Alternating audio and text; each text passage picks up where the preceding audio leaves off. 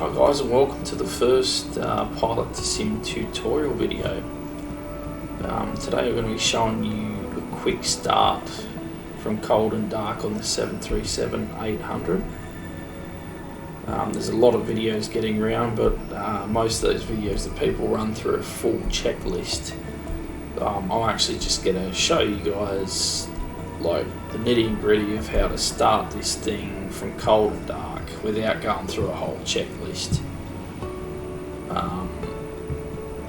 These videos are for sim purposes only and shouldn't be used in real life anyway, but here we go.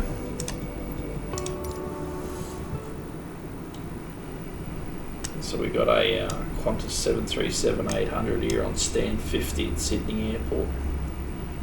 We'll just jump inside the cockpit. Turn our head torch on. Got another tutorial coming out on how to do that if you guys don't get it, but it is in the controls anyway. And so we jump up here, just close off this cap here first, close off this battery cap here, and turn on the light, turn off our headlamp. And then we're going to come down here to the FMC, go to Flight Sim Actions, Ground Services, request ground power. That will take a few seconds to connect.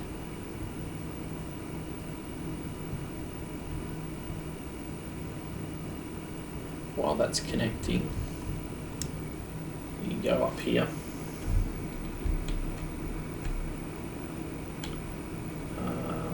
Go. That's a pain in the butt to navigate with a keyboard, but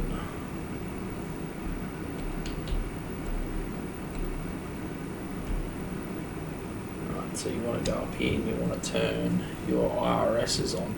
So first you want to flick them to a line.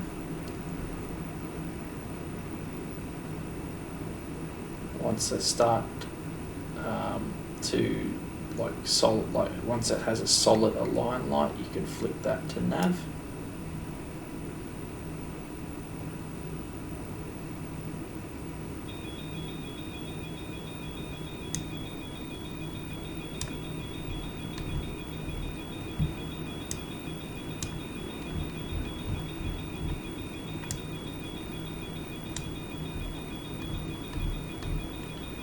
Go ahead and flip the ground power on because that's a low voltage alarm going off. So once that ground power is finished there, when it says it's available up here, this blue light, you flip your ground power on.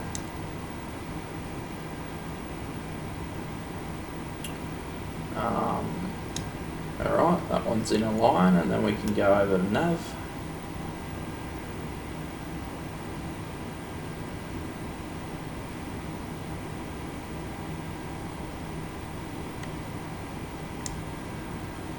We'll go down here to the FMC, we'll go to the init ref or initial reference. Actually, we should just be able to return FMC. We need to go to POS init. So let's just go back up here so we can see it again. POS init. Now you can use your reference airport, or if you're not sure, like on a KO code or anything like that, you can always use your last position and drag it to set the IRS position. So now our IRS should be all set up there.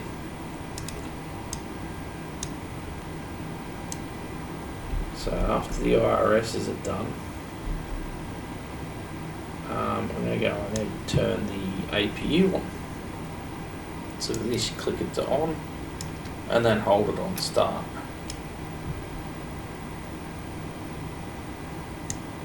And to start this, you actually need, I forgot to let you guys know, you need fuel pump number 1 on. Now, it might give you a low oil pressure light or something like that, but that's just a sign that it actually starts working when the needle for the EGT moves. It'll come up, it'll come back down. It usually stabilises somewhere around the 4 mark.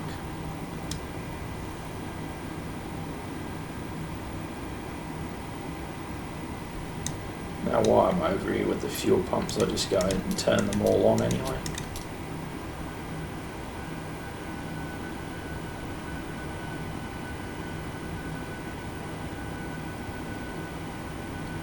Alright, so the APU's on the available to go on the bus now, so we'll go ahead and flick that to the bus. The wrong direction there. We can turn the ground power off. Go back in here into the menu, into flight sim actions, FS actions, ground services, and we can go ahead and disconnect that. Now while we're here, we'll go ahead and set our parking brake. When it decides to engage, it's pretty temperamental. You got to hold your brake pedals down and then pull the parking brake. But we'll remove our wheel chocks now too.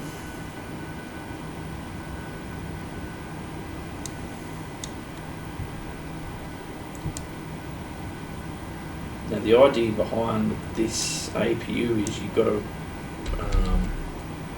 let it start and I think sit idle for like a minute or something like that before the bleed air becomes available to start the engines. Go ahead and turn our hydraulic pumps on. Anti-ice on.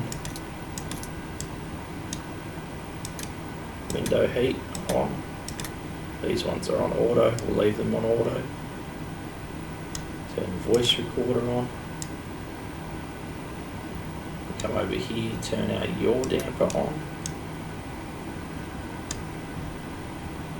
Flick this around to APU generator. That's what we're drawing, or what's providing power to our batteries at the moment.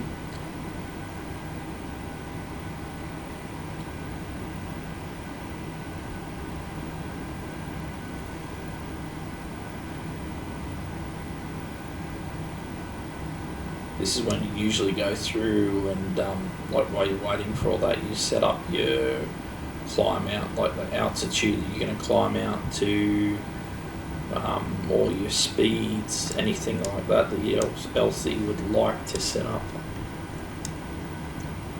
Or you could go in and like put a flight plan in or something like that.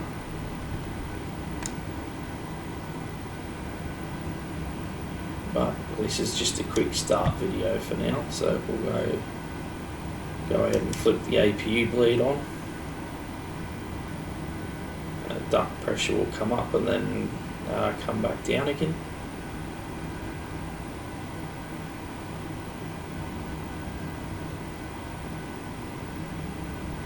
And we'll leave the left and right packs off until after engine start. So with this engine start, we just need to come over to here. This is the right engine and this is the left engine. We just need to turn it to ground. Come down here. And this speed here is our N2 fan rotation speed. Just need to wait till it gets over 25.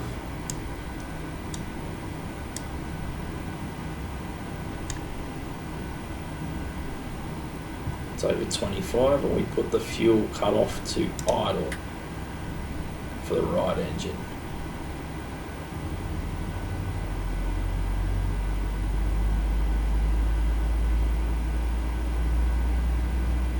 That engine's climbing. So usually you would do this. Usually you would do this as you're like after you cleared to push and start. So you usually do the engine starts during the pushback. You start from the right engine go to the left engine.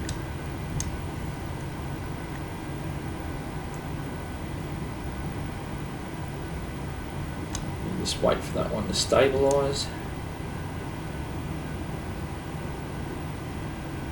And they stabilise at around 60.8 or something like that from memory.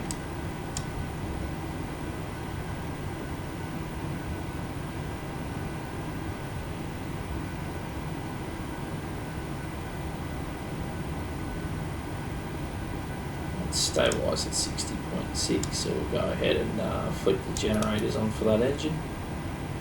That's now providing power to the battery banks from the right engine. And then we can go ahead and after it starts, it flicks back to auto by itself, so you don't need to do anything there. So go to the left engine, ground.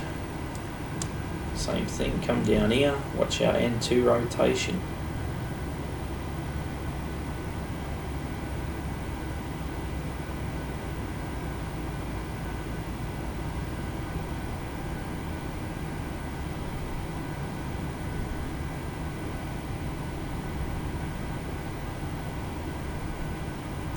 Right, that's over 25, that's well over 25, we'll go fuel to idle.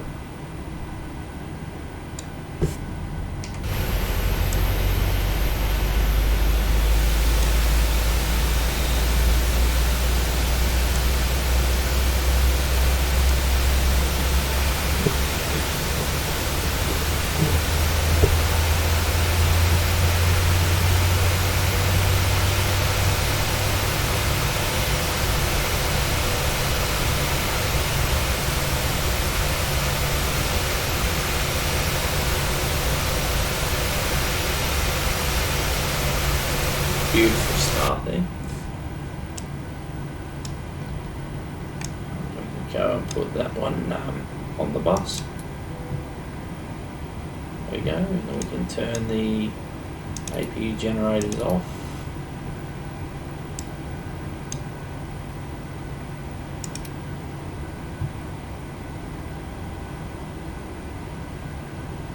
Turn the APU off. That's pretty much it. That's a quick start.